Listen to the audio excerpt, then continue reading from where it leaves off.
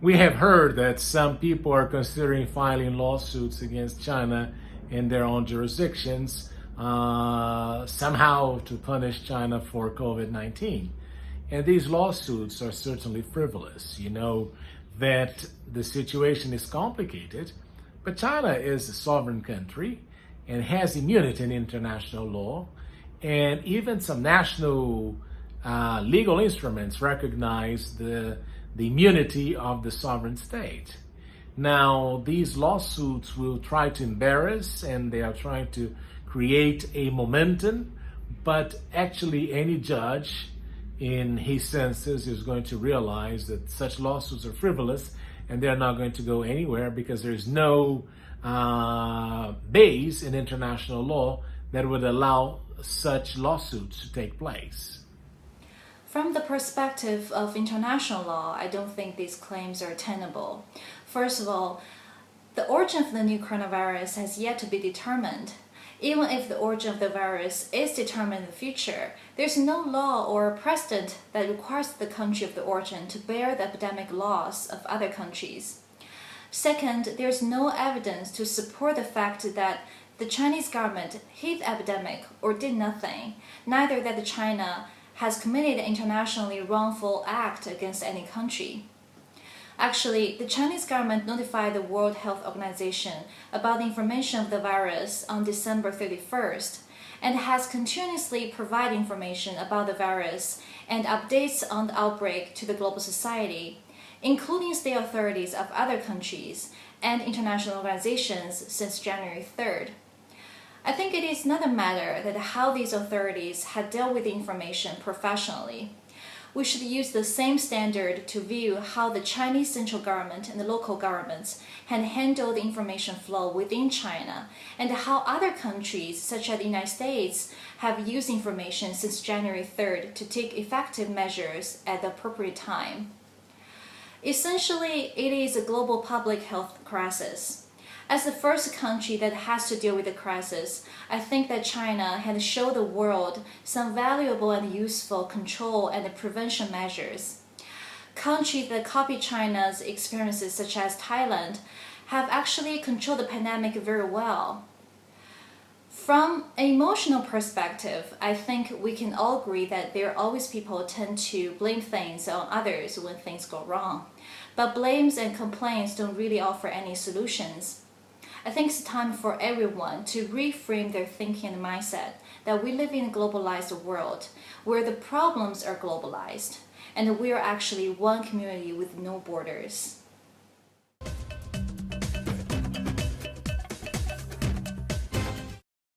The reason we see some of these lawsuits being mentioned, or even some legislators talking about it, is because we do see that in the Western countries, we have failed terribly in dealing with COVID-19. And this failure in dealing with COVID-19 has really shown all the problems associated with our healthcare system. So in a way, people are talking about these frivolous lawsuits as a way to cover up some of these, the mishandling of this situation. So despite all the problems that the world is facing right now with COVID-19, what we do see in a sense is politicians trying to take political advantage of a very complicated situation. And that's the challenge that lies behind these lawsuits. When you ask whether the United States will use its domestic law to support these lawsuits, I think you meant whether the United States courts would support such claims. The efforts in the U.S. courts to hold China liable for the virus would probably fail because foreign governments enjoy immunity from suit in U.S. courts under the Foreign Sovereign Immunities Act of 1976. The statute codifies long-standing principles of the United States and international law that sovereign governments may not be sued in courts of other countries. The lawsuits claim to fall within statutory exceptions to immunity for tortious or commercial acts in the United States, but these arguments are likely to fail as well because there's no evidence that China committed wrongful acts in the United States or that the coronavirus arose from China's commercial activities in the United States. There are members of Congress who have drafted legislation to strip China of its immunity from suit in U.S. courts. But even if Congress were to strip China of its immunity, there are issues of recognition and enforcement of the judgment. The Chinese government could refuse to pay any award, and China may well retaliate by allowing lawsuits against the United States government or its officials in China as well. That is to say, if the United States wants to bring claims against China, it will have to do so in an international forum. I personally view these lawsuits more as political actions rather than legal actions, especially in an election year. Foreign policy towards China is always a hot topic in elections, particularly presidential elections. Focusing on the so-called problems caused by China and proposing strong and aggressive policy towards China can, on the one hand, cover the mistakes of the authorities that have made during the pandemic, and on the other hand, manipulate people's emotions to get votes by creating common enemies and targets.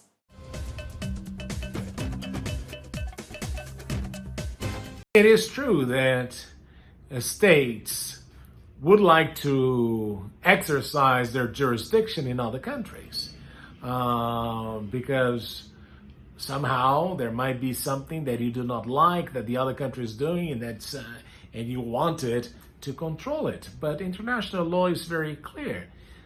We live in an interdependent world. Countries are sovereign.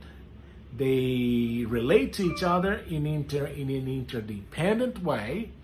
But one country does not, should not, and must not have jurisdiction over the other one. So we do see that there might be a temptation to use domestic law to change the international system, and this has been used before. There are many cases where we see that. But what we observe is that in the international system, there are ways of trying to convince countries to behave in a different way. We have, multilateral mechanisms for creating or, seeking damages and stuff like that. But one country should never be allowed to sue another country in its own jurisdiction. Because if we allow that to happen, we would have an international system that would be completely chaotic. And this chaos would lead to instability, and this instability could lead to even more complicated situations, even wars. So despite the temptation to use domestic law to ascertain certain rights, the issue truly is that the international system does not accept it and will not accept it because we might run into circumstances that are not the best for the welfare of humankind. One of the functions of international law is to limit sovereign power. There was indeed a tradition and a case of extraterritorial application of domestic law before the Second World War. However, after the Second World War, with the establishment of multilateral institutions such as the United Nations and the World Trade Organization, such measures have been constrained by more international laws at the implementation level. And there are fewer countries to advocate for extraterritorial application of domestic laws. President Trump is known for not being satisfied with the current world system, some would say not respecting it. And under his administration, he not only withdrew from some international treaties, international organizations that he believes harmed the U.S. interest, but also increased the exercise of long-arm jurisdiction and the extraterritorial application of public domestic law, especially to Chinese enterprises, individuals, and even the military. Some of them are actually suspected of violating international laws. His policy and actions show the trend of returning to the old international legal system before the Second World War, which concerns not only China but also Europe, which suffered the most from the two world wars and would strongly insist on protecting the multilateral global mechanism that has been established in the past decades. I believe that the Democratic Party of the United States would share the same respect of the values of the current global system with the European countries and China.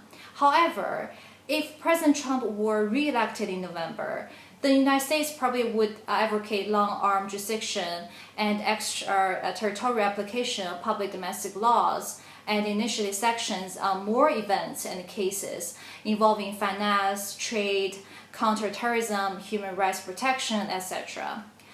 As regard to China's response, it is time to establish a domestic legal system with strong extraterritorial jurisdiction and law application provisions in order to achieve balance against such abusive litigations.